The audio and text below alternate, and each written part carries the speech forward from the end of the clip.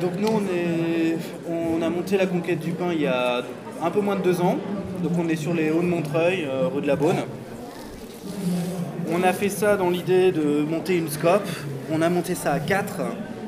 Dans un premier temps, l'idée était vraiment d'alimenter seulement les AMAP. Il s'est trouvé qu'on a été contacté par l'association de quartier juste avant qu'on ouvre, qui nous a dit qu'on était le seul commerce dans le secteur. On était à peu près le seul point de chute de où les gens se rencontraient et qui nous ont demandé donc, si on pouvait ouvrir peut-être sur une période plus limitée que les autres, mais ouvrir pendant 4 heures. Donc ce qu'on a fait la première année. On leur a dit qu'on s'engageait de le faire pendant 6 mois, savoir si c'était rentable ou pas. Parce que si c'était pas rentable, on n'aurait pas pu continuer et donc de se dépasser que sur les AMAP. Il s'est trouvé que ça s'est très bien passé, qu'aujourd'hui on est ouvert encore un petit peu plus, c'est-à-dire à peu près 7-8 heures par jour. 7 heures. Ouais, je bosse pas trop, 7 heures. Moi là-dedans, qu'est-ce que je suis ? Je suis hôtesse de caisse, donc je m'occupe de la caisse, je fais aussi un petit peu la comptabilité. Maintenant, on a pu développer beaucoup les AMAP, on a une vingtaine d'AMAP aujourd'hui. On a aussi, à côté de ça, on travaille beaucoup pour les différentes fêtes, différentes manifestations, que ce soit dans le soutien, comme aujourd'hui par exemple, où le pain est offert, ou que ce soit en payant, comme ça a été pour Court-Circuit en Seine, où les gens viennent chercher le pain à la boulangerie. On a aussi, à côté de ça, une activité plus mercantile qui est sur les restaurants et les boutiques bio, qu'on alimente.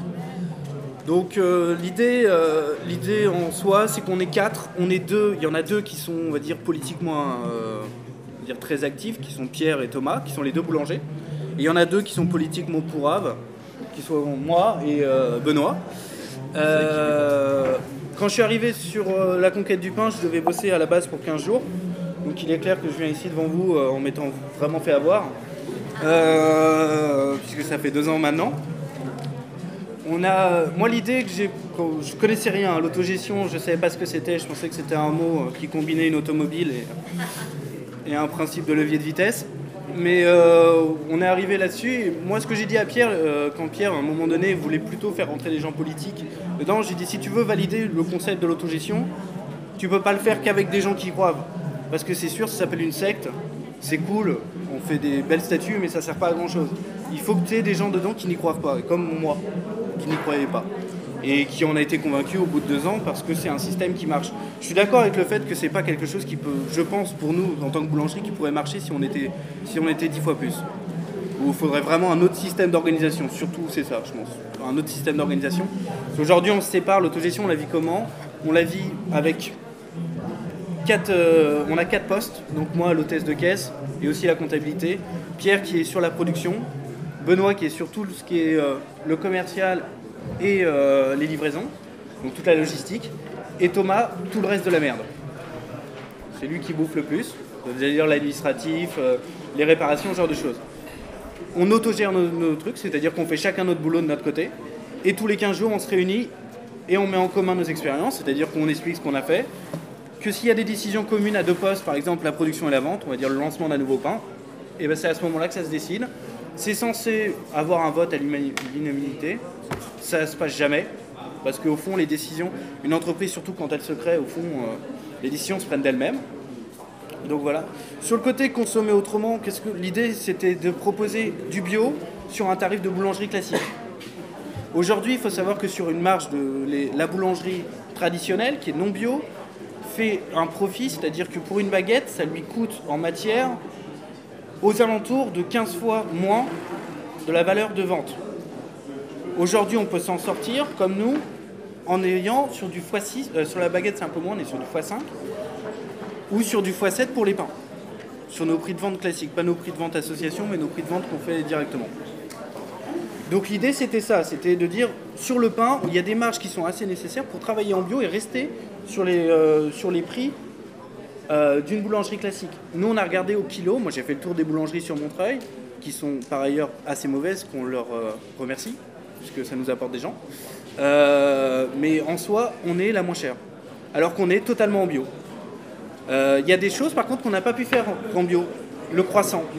Le croissant, là, la marge, bon, il faut savoir que sur Montreuil, je connais une boulangerie qui fait ses pains en chocolat. Le reste, c'est que du surgelé. Mais il faut savoir qu'on ne peut pas faire du bio sans vendre le croissant à 1,50 € à 2 euros. Et donc nous, ça n'a pas d'intérêt pour nous d'avoir des gens qui vont venir et acheter un croissant à 1,50 €. On veut le vendre, aujourd'hui on le vend 95 centimes. Ça nous paraît un prix raisonnable pour les gens. Et voilà. Dans un deuxième temps, en 1 an et demi, on a fait des travaux, on a eu des soucis financiers, on a fait une souscription l'année dernière.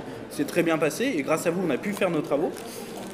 Et début 2012, on est arrivé à ce qu'on appelle un équilibre. C'est-à-dire qu'on est financièrement équilibré, on peut rembourser notre emprunt, tout se passe bien. Et donc on a voulu s'engager encore plus dans le consommer autrement.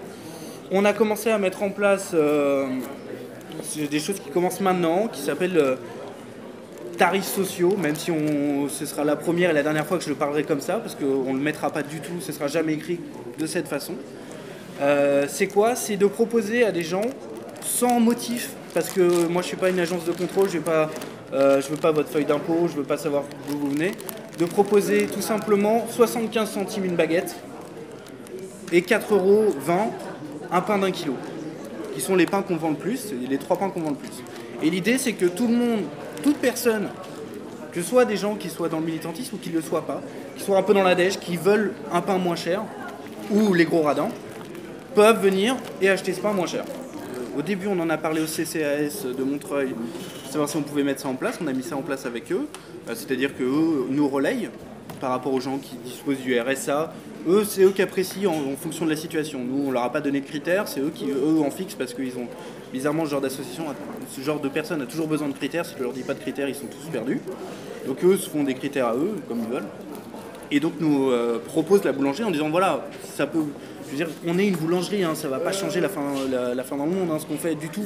C'est juste un petit truc à notre niveau, parce que nous, on veut faire ça de manière sympathique et cool, mais on n'a pas la solution pour tout. Mais si on peut aider, donner un tout petit coup de pouce, on le fait, tout simplement.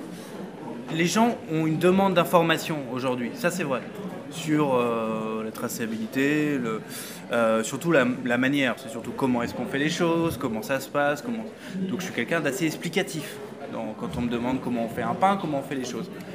Mais moi, loin de là l'idée, alors ça c'est peut-être mon côté politique, de vouloir imposer mes idées aux autres. On est en représentation. La boulangerie, c'est une représentation. Il y a une table de presse, il y a les gens qui la composent, et je pense que c'est bien assez pour savoir si les gens sont intéressés ou pas. J'ai pas besoin de leur dire attends, mais qu'est-ce que tu fais, voyons, tu prends 2 baguettes alors que tu n'en as besoin qu'une, salaud, prends-en 4, j'aurai plus de sous à la fin du mois. Non, je veux dire, j'ai pas cette capacité-là. Après, on a un côté éducatif dans les gens qui composent la coopérative, dans la mesure où on a des apprentis. Et là, on a un côté où oui, il y a vraiment un rôle éducatif. Et là, on ne peut pas réellement rentrer, c'est assez bizarre. Et c'est là où on est obligé de réinstaller une pseudo-hiérarchie là-dedans. Il y a une petite phrase qui est écrite en fait quand vous rentrez dans le laboratoire, là où on fait la production. Sur la porte, il y a une petite phrase qu'on a mis qui est sur l'implication. C'est l'autogestion, c'est l'exploitation de l'homme avec son consentement. Et c'est à peu près ça dans le cadre d'une scope et d'une petite entreprise comme la nôtre. Je pense que les 4, à un moment donné, on voulait faire un tarif horaire, c'est-à-dire que si tu bosses plus, si tu bosses un petit peu moins, ça allait différer, quoi. Tu serais payé toujours le même salaire à l'heure, mais que ça allait différer en fonction du mec qui passe 6 jours ici et l'autre qui va en passer que 3.